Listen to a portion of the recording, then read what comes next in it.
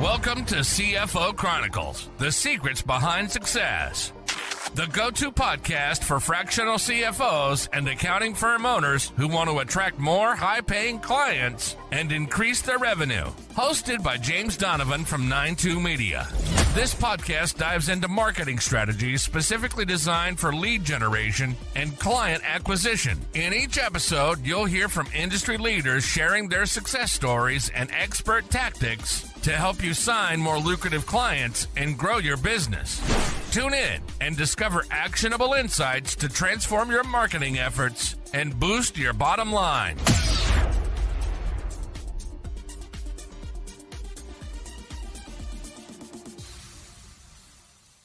Super excited to have you on the podcast today, Garrick. We're joined by Garrick Foy, Lone Pine Capital. Garrick, welcome to the show, and please tell us a little bit about yourself for those who don't know your background. Yeah. Thanks, James. I'm excited to be here. So a little bit about myself. As I grew up in Utah, I have been very interested in business from a very young age. A lot of kids, I remember 4, 5, 6 years old, Saturday mornings were awesome because of Saturday morning cartoons back in the day, right? But for me, that was when my dad had his business meetings, and I was very fortunate to grow up with a dad that was okay with me tagging along regardless of the age. And so from a very young age, I've always been very enthralled with business. Didn't seem to matter the industry. That's so cool. That's awesome. And we'll get into you selling a firm recently and how we've partnered up now and you're helping out coaching our clients and operations. But I would love to go back a little bit to, as you mentioned, you were young, watching cartoons, attending business meetings with your dad. So how did you get into the accounting world? Because that's not something I feel like a lot of children dream of, is I'm going to get into the accounting world. I hate to say it, but getting into the accounting industry was almost a fluke. And I'll expound it just a little bit. So, like I said, even at a very young age, I always wanted to be a business owner. My dad was a business owner, and I was very, fortunate. I read Rich Dad Poor Dad at the ripe old age of 11 when it first came out. So I've always really liked business. I've liked finance. Where I grew up, we were, fortunate to have a lot of universities right around us, but it seemed like if you didn't know what you wanted to be, you got a business management degree. And so I had a fair amount of friends and just people in my life that got a business management degree, but kept the same job they had when they started going to college. And I thought, well, that's not a great return on investment, and I thought, well, the universities that were around us, the accounting curriculum and business management curriculum were very, very similar. You had, different core classes, but you could still cover it a lot. And I thought, well, if I'm going to I want to be the best business person I can be. And so, I think that the more I focus on accounting, that'll help me be a better business person. Had I been able to look in the future, 15 years and seeing what happened with the digital marketing revolution, maybe I'd have made the different choices, but that wasn't a thing back in the day. So anyway, I got my bachelor's in accounting and took an accounting job up in Salt Lake City and kind of looking at a master's degree. I was kind of really focused on an MBA, but I also was kind of working with a lot of people that had MBAs and we were doing the same job, making the same money. And I thought, once again, that's not a great return on investment. And I thought, one of the largest expenses, and I'm preaching to the choir because I know that most of your base is accountants, but one of the largest expenses that any business owner incurs is their tax bill. And I told you that my dad was a business owner, and about 15 or so years ago, we sold his businesses, and I was able to, I was the COO of his company, and so I was able to be I don't know if it was an instrumental role, but an integral role. I was very privy to the things going on and helped with the negotiations, helped with the contracts, and I got to see firsthand that our high dollar CPA was not really invested in our cash in the pocket result at the end, right? He wasn't really invested in helping us come up with a strategic tax plan to help protect that or anything like that. And we didn't know really who to go to, frankly, And And it was a learning experience and kind of a turning point for me because I knew that, again, I wanted to be a business owner. At that time, I wasn't thinking that it would be of an accounting firm, even though I had an accounting degree. So ultimately, I ended up getting a master's in tax specifically because I thought, I'm not going to be able to rely on somebody else to know this technical piece, and or at least not rely solely on them, right? I wanted to be as educated as possible. And so while I was doing that, I got hired at a CPA firm there in Salt Lake City. Basically immediately moved over to their business development side, working with small business owners, helping the small business owners, create a strategic tax plan that encompassed the entity, their personal, if they have an estate, that as well. And, kind of fast forward a few years, and I decided that it was time to actually embark and get into that business owner stage of my life. And it's funny. It took a couple of years of looking at businesses, excuse me, before I thought, well, maybe I ought to look at an accounting firm. It's what I've been doing. It's what my background's in. And the first firm that we acquired was in Southern Utah, and it was really a very small boutique firm. And kind of fast forward over 5 years, we acquired a couple more, plus had the great blessing of solid organic growth and a wonderful, wonderful team. And due to some other life events, like you mentioned, we ultimately ended up selling a couple of months ago, and really wanted to kind of focus on working with other firm owners on, the mistakes that we made, the hard knock lessons that we learned to help them hopefully not have to learn through the school of hard knocks, and learn from somebody else's, experience, I guess, and help them get into a position where when the time comes, they would be able to also have a successful closing. So. Okay, perfect. Well, let's dive into some of those hard knocks and the lessons learned. That's a great overview, and I'm guessing a very quick overview, and not diving too deep into a lot of the big learning lessons and the big milestones. But now that you are working with other firms and helping them avoid those ditches that you hit, and hey, here's the better way to do it, because I've already been down this path. What are some lessons that stand out to you as a business owner that would be beneficial for others to, ditches to avoid as they move forward with the growth of their firm? Yeah, absolutely. So, I'm gonna probably sound like a broken record. A lot of this is going to be focused on the team, right? And cold hard fact of this one is that you can't grow a firm without a team, right? I know that a lot of, you look at the statistics. There's 80,000 CPA firms in the United States right now.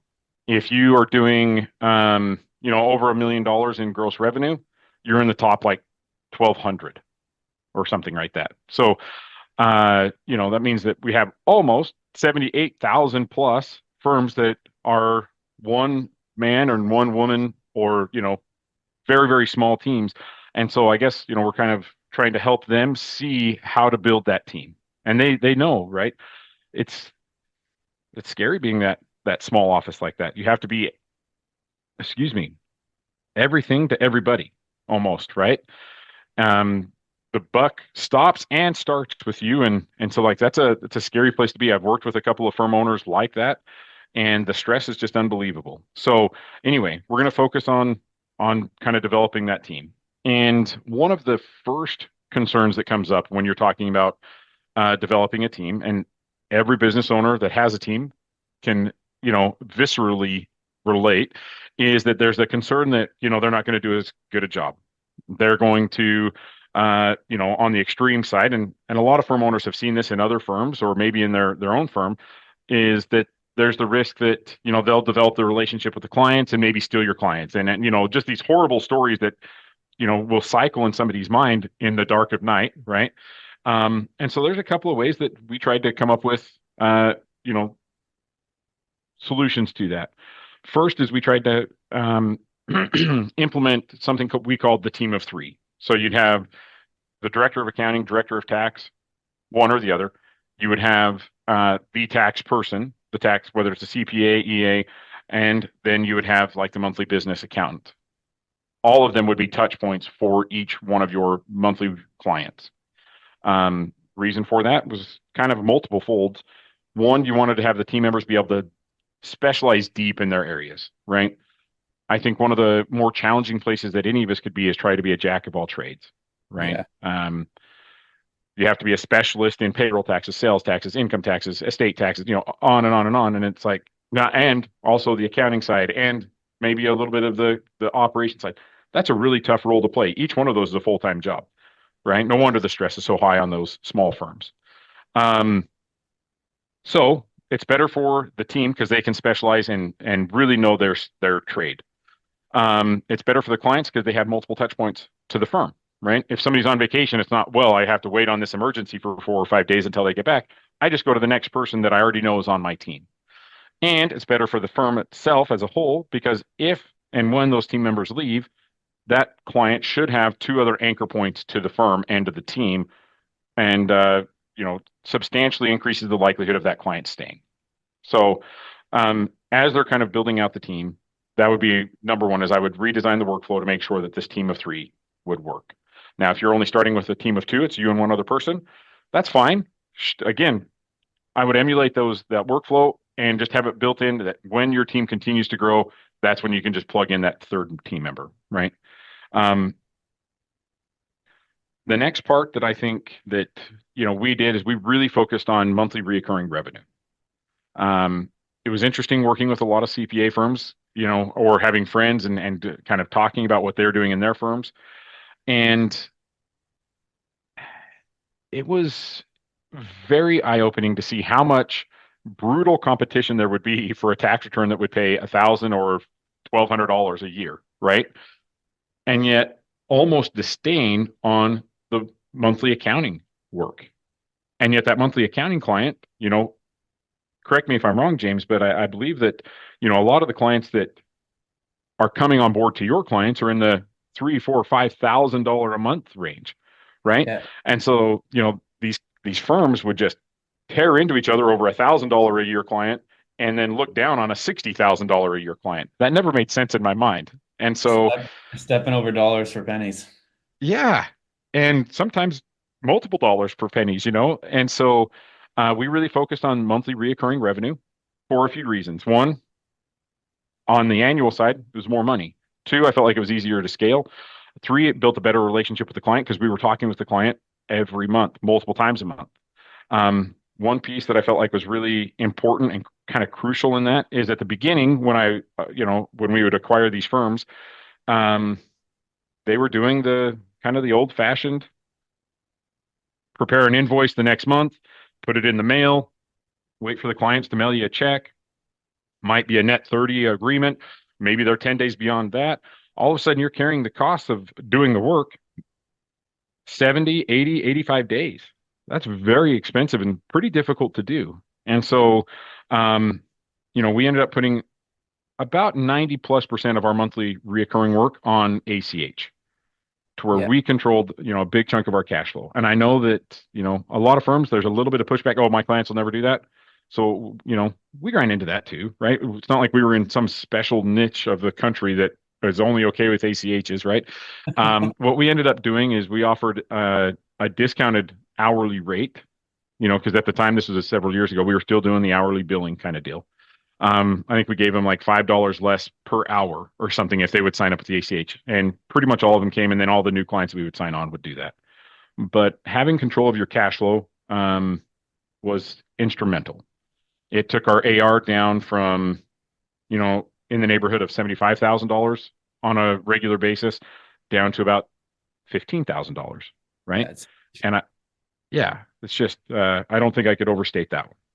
So, and it made it nice for the clients too, because, just automated it. That out of sight, out of mind. And so I thought it was a really good move. There's a couple of things that stand out there, Garrick, that you're mentioning. One, the net 30 or, sending the invoice in the mail and waiting for a check. It's not a restaurant. So why are we asking people to pay after the service is done? Most services out there, you pay and then you get the service. So accounting, should be no different. That's the way you should be working with your clients to help with your cash flow. And then the second piece you mentioned, people are mentioning, oh, well, my clients won't do that. When I hear that, I just think, why are we saying someone else's no for them?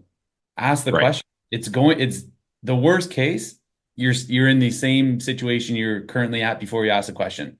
Right. Best case scenario, they say yes, and now all of a sudden your whole business changes because you actually have the cash flow and you have, money to reinvest in the business, and you can go out and make that new hire because you asked one simple question. But if you don't ask those Right. questions, you just assume people are going to say no, you're going to be constantly pushing a boulder up the hill.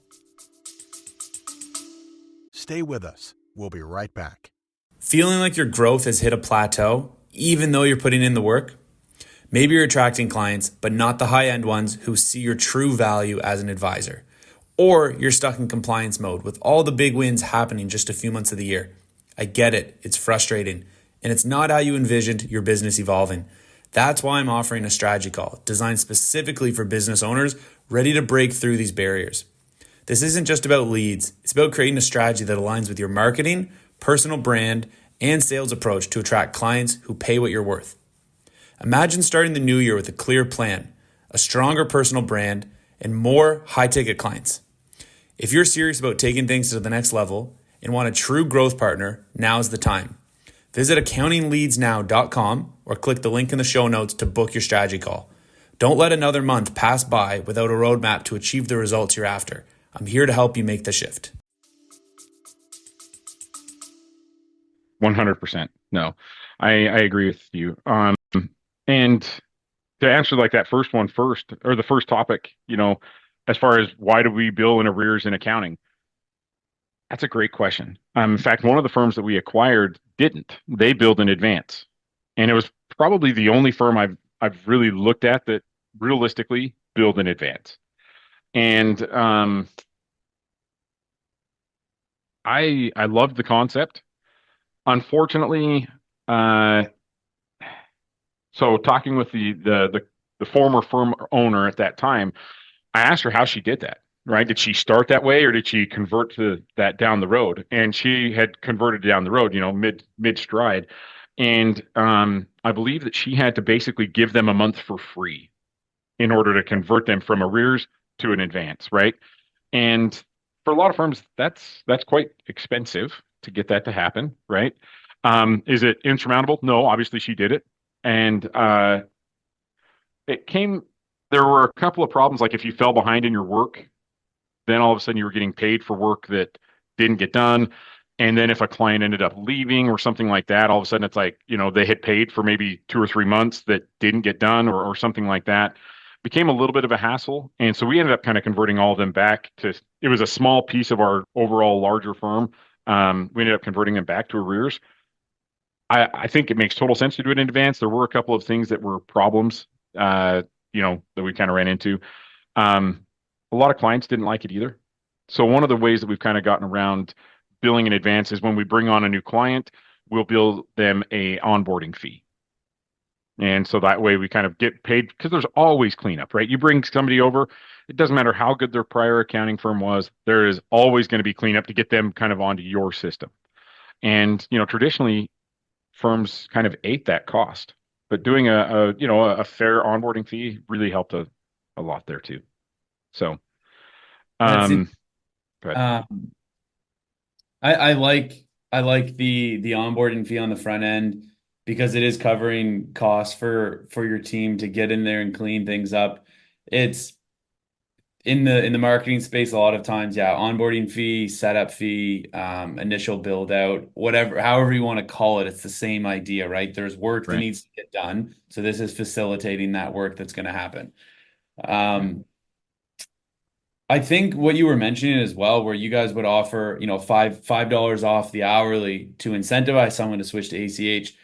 The same thing can be done for incentivizing someone to pay at the start of the month or pay in full. As long as there's an incentive and there's a benefit to your client to do so, it's going to make it a lot Right. more enticing. And what comes to mind, and I don't run an accounting firm, so you can tell me if I'm wrong on this, Right. especially being the ops guy, but having people pay at the start of the month and then potentially things aren't getting done and you're doing things that haven't been paid for, et cetera.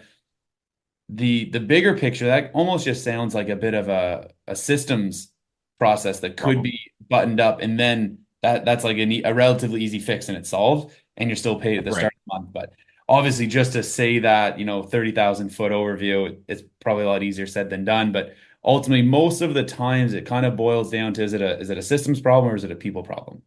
Yep.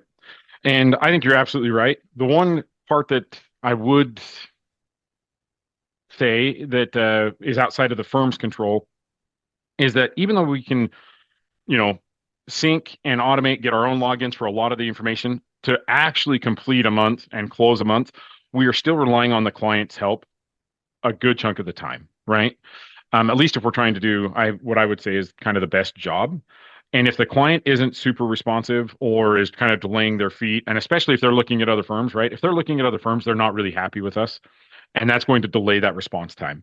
And so, like, if we haven't closed out those last couple of months because we're waiting on them, all of a sudden, that's when the situation would arise where it is a people problem, but it's a people problem that we're outside of our control, if you will, or at least to a certain degree. So, but no, you're absolutely right. If it's just like work's not getting done in a timely manner, that's because of us. Yeah. Absolutely, it's a systems problem, 100%. Okay. So, Cool. yep. Tell me a little bit, Garrick, about what you were doing with your past firms for client acquisition.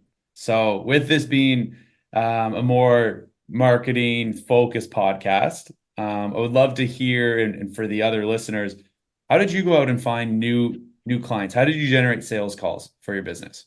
That's a good question, James. And frankly, I wish that you and I would have been acquainted a couple of years ago, right? Because I don't feel like I had a great marketing consultant to help us with our firm. This is going to sound probably a little disappointing where it is a marketing focused podcast. Sorry about that. It's okay. And you can read most of the articles online are going to tell you something similar that the best marketing is word of mouth. And that always used to kind of bug me, especially as a new firm owner, because it's like, I don't have time for word of mouth to work. I need this to work now. And, like I said, I wish that you and I would have been acquainted a few years ago. But the best thing that I can tell firm owners is if they will take care of their team will take care of their clients. And in turn, their clients will take care of the firm through obviously paying the bill and helping them grow their own business. We're able to have, I think over the last 5 years, which, included COVID, our highest organic growth year over year was like 32%. And that was on a marketing budget of a couple of $1,000s, all because of the team taking care of the clients. Do I think that we could have been better off had I been able to work with you then? Yes, I do. Because we would have been able to really kind of dial in. The downside of the word of mouth is that you kind of get what you get, right? And it's hard to specialize in one industry over another when you're just trying to take the work that's coming in the door, right? And especially if one of your clients has referred somebody else, that's always a tricky situation because whether you want to take them or not, you definitely don't want to tick off your current client, and so you try to kind of make that work. And you, I think, naturally give a lot of grace, if you will, to that referral, right? Even if they're outside of an industry that you wanted to focus in, as long as they're willing to be a good client, basically. So, the services that you and your company, your team provide, I think would have been just instrumental to increasing our growth. So, I appreciate that. It's so true though about referrals and word of mouth. I mean, word of mouth is the best. You're getting referrals coming from a trusted source already. If someone who's mhm. used your service, they know, like, and trust you. So yes, it's a layup. I would hope that you're closing 90% of those referrals that are coming through. I always get a kick when people tell me, we close 90%, or we don't have a problem with sales. Okay, cool. How are you guys getting your sales right now? What are referrals? Okay, perfect. You should be closing 90% of them because the person who sent them over has already been Did paid all the work. and they've already done all the work. You just need to essentially facilitate getting started. Right. Closing, like going out and finding new leads and new appointments from people who don't know you, that's where getting a predictable system in place works. Because, like you mentioned, you could get a referral in one industry, then you're across the map on something else. Maybe you don't really want to work with this person, or they're a terrible fit, and now you have two relationships in jeopardy. So they're great, but you also need a predictable system where you know, okay, I'm going to get X amount of opportunities every single month. And if I close X amount, here's our predictable growth, and you have a path versus I have no idea when the next referral is coming in, and you're sitting there looking at your phone and it's not ringing. Yeah, 100%. That's a scary place to be, right? Yeah. And the other piece on that is the kind of irony behind word of mouth, especially when you're getting started. Who's referring you if you don't have any clients? No one, You haven't right? spent Just you haven't spent money on marketing, so nobody knows you exist, but yet you rely on word of mouth. So I don't know. I that one makes me chuckle on when we're on sales calls and people are, yeah, we do word of mouth. right, Okay. Everyone technically is doing word of mouth, but what else are you doing to get people coming through? So right. yeah, having a predictable system in place, it just takes out all that guesswork, and you know where the next opportunities are coming from, and you trust the process, and you know, all right, I just need to speak to 10 people this month, and I'm going to sign 2 or 3 new clients a month. Perfect. Perfect. It Yep. could be the first 2 or 3 people you speak to, and you know the next seven on average are not going to close. That's fine. Or you have a really good month, and then you say, all right, next set of 10. And you look at it from a more data-driven perspective. Yep. 100%. And, I think you hit the nail on the head with that because, while we did have good growth from word of mouth or the referrals, we were very fortunate. And trying to do any kind of sales target, you know, we tried that, but it was like, it wasn't reliable. It definitely wasn't predictable and it wasn't systemized. So, or systematized. So, no, I think you're 100% right on there. Cool, cool. So, What's one thing for everyone listening, Garrick, that you'd want everyone to know if they're thinking about, I mean, everyone should be getting into business to eventually sell their business they're creating, not just build it and then walk away from it and this asset just, slowly burns off. So sure.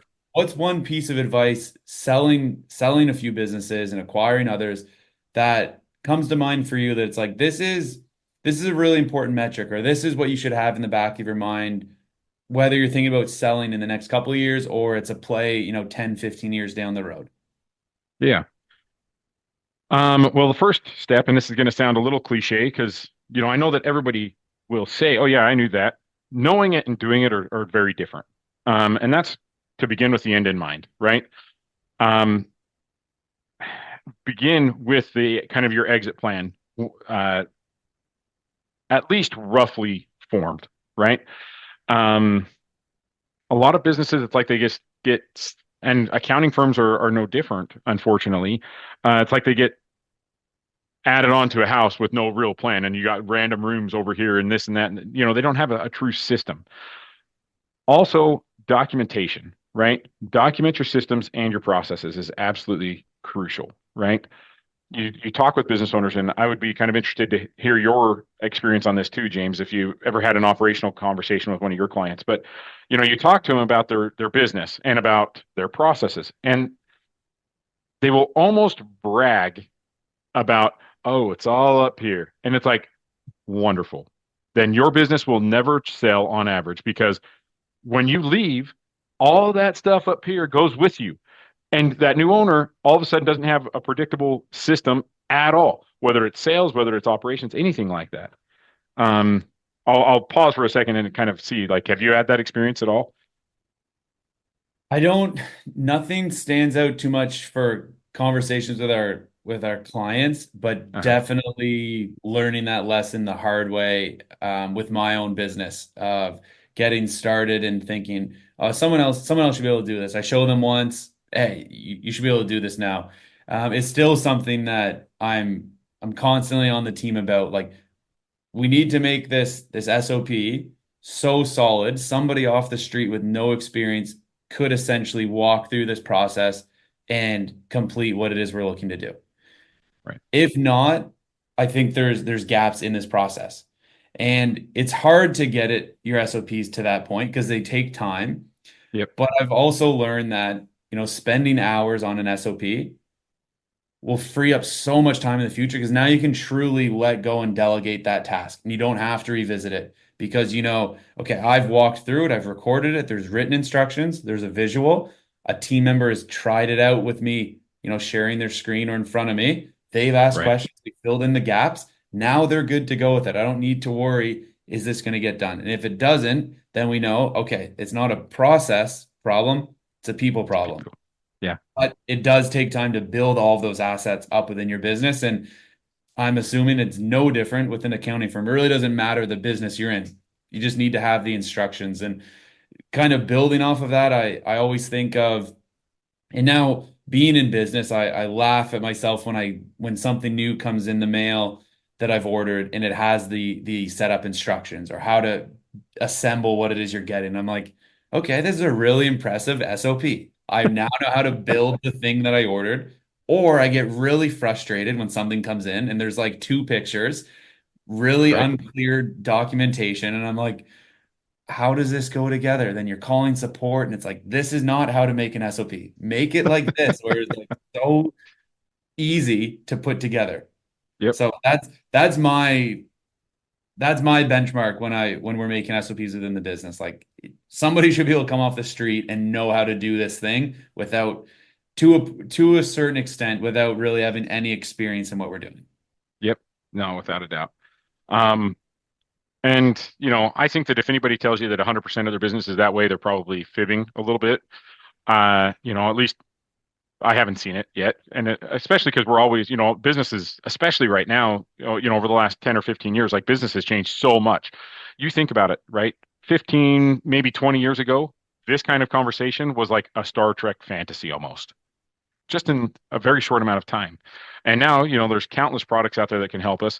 One plan that we've tried to work into our SOPs is also the military uses something called a PACE plan, right? And that's your primary, alternate, contingent, and emergency. And so, like in a perfect world, this is how we do our SOP. What if this person's sick? Okay, who does it fall onto? This person, this person, this person, right? And that I felt like gave the team a lot of flexibility and really kind of, a lot of direction so that it didn't have to come directly from me. They already knew, oh, somebody's out sick, somebody's on vacation. What do we do now? It's already built into that SOP, right? That's cool. But the next thing that I guess, this is a little bit of a scary statistic. All of us have heard that 80% of businesses fail in the first year. Most of us know, depending on which statistic you look at, that 80% of the ones that survive will fail between the next 5 and 10 years, right? The one that I had never heard is that when you go to sell, 80% of businesses will fail to sell. Only 20% of businesses will successfully sell. And like I said, that's a pretty scary statistic. If you use a business broker, it does go up a little bit, but it's still, most of the time it's because they didn't plan with that exit in mind. They had all those things up in their mind or their financials, which in an accounting firm setting shouldn't be a big deal, but their financials didn't make sense or whatever. And so, you think about it, not only building the team right now, building the team helps your cash flow right now. The chances of selling down the road, if you have a team in place, triple the odds of your business actually selling. And the reason for that is, you think about it from a buyer perspective. A lot of business owners, they started their business, they grew it from scratch. And unfortunately, I see this a lot in accounting firms, in medical offices, and construction. I don't know why those three specifically, but that's where it seems to be. They'll say, oh, I started on my own. Nobody will really buy this because, you'll hear it a ton with, well, actually all three of those still, there's nothing for sale here. Like I have a little bit of assets and that's it. And it's like, no, you have a cash producing asset. It has nothing to do with how many laptops you have or how many, if you're a medical office, how many rooms you may have. You have a reputation, you have a relationship. If you can transfer that relationship from you to your team, all of a sudden you have truly something very, very valuable to sell to a new buyer. And I'm not just talking about PE groups. I'm talking about somebody just like yourself that wants to step in, but doesn't want to start at the ground floor. Right. And so building that team, I think would absolutely, again, not just help your business grow today, but will absolutely make your business more desirable and more likely to sell down the road. So you'll be getting, income from multiple sources in that way from the same function now. If that makes any sense. Yeah, it does. That's so insightful. Garrick, last thing before we wrap up. You're doing some new stuff now. You've sold your firm. You've come on board. You're helping our clients grow and scale their business, running some coaching calls. Do you mind quickly telling me about what it is you're also doing on your own now that or for anyone who is listening, like how could they get in touch with you? What are you offering to new firms? The insight you have from building and selling a firm. What would some people get from, reaching out and having a conversation with you? Well, that's a great question. So as far as getting in contact with me, I'm on LinkedIn, Facebook. My email is my name at hotmail.com. Pretty basic there.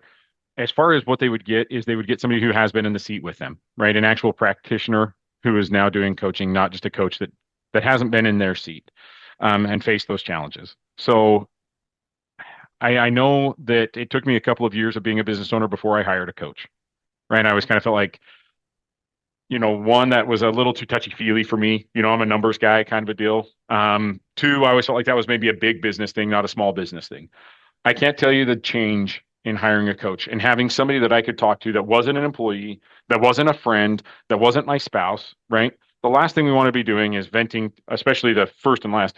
The last thing you want to be doing is coming home and venting to your spouse every day or venting to your team. Both those things are super destructive. Having a coach that can sit there, not that your coach would have all the answers, but they can be there. They can be in that seat with you, listen to what's going on, give you some constructive, feedback, because we all have our internal dialogue that's going. And sometimes that thing is good for us and sometimes it's not. And we need somebody that can sit there with us and kind of call us on our own mental nonsense and help us make sure that we're seeing reality that's true reality and not just our perception of reality, right? And so as far as what they would get is we do weekly calls with our clients to make sure that they have somebody that they can kind of count on, to just like a personal trainer on your body, having a personal trainer for the business and your mind. So making sure that you're making the strategic steps to get you to where you want to be. That's awesome. I'll back that up with what you said. Investing into a coach it's the greatest ROI I've ever received. It's just having that person, either individually or multiple coaches, to lean on for any questions you have. I mean, they can help you solve a really small problem, or they can help you solve a problem that is going to help you make an extra $100,000. It really depends on the problems you're looking at be solved. So for anyone listening, I would highly recommend getting in touch with Garrick. You're amazing at what you do. Thank you so much for coming on the show and sharing all this. And I'm really excited for the continued value that you're going to continue to share with our clients on these weekly calls. So thanks again, Garrick. I really appreciate it. Thank you, James. Really appreciated being here. Thanks for tuning in to this episode of CFO Chronicles, the secrets behind success. I hope you found value in today's conversation. As we wrap up, I'd love for you to do two things. First, make sure to subscribe to this podcast so you don't miss any future episodes. If you enjoyed today's discussion, please rate and review the show. It helps others discover the insights we share here. Second, if you're ready to take your business to the next level and attract the high-end clients you deserve, head over to accountingleadsnow.com or click the link in the show notes to book your strategy call. It's time to position yourself as the advisor your clients need. And don't forget, you can connect with me on LinkedIn to stay up to date on what's happening in the world of accounting and financial growth. We've got more exciting topics coming up, so stay tuned for the next episode of CFO Chronicles. Until then, keep pushing forward. Your growth is just one strategic move away. Thanks for listening to CFO Chronicles, the secrets behind success. We hope today's episode provided valuable strategies to help you attract more high-paying clients. Be sure to subscribe, follow, and share with fellow professionals. Connect with us on LinkedIn and leave a review or comment to join the conversation. Your feedback helps us bring you the best insights in finance and marketing. Until next time, keep striving for success and unlocking your business's potential.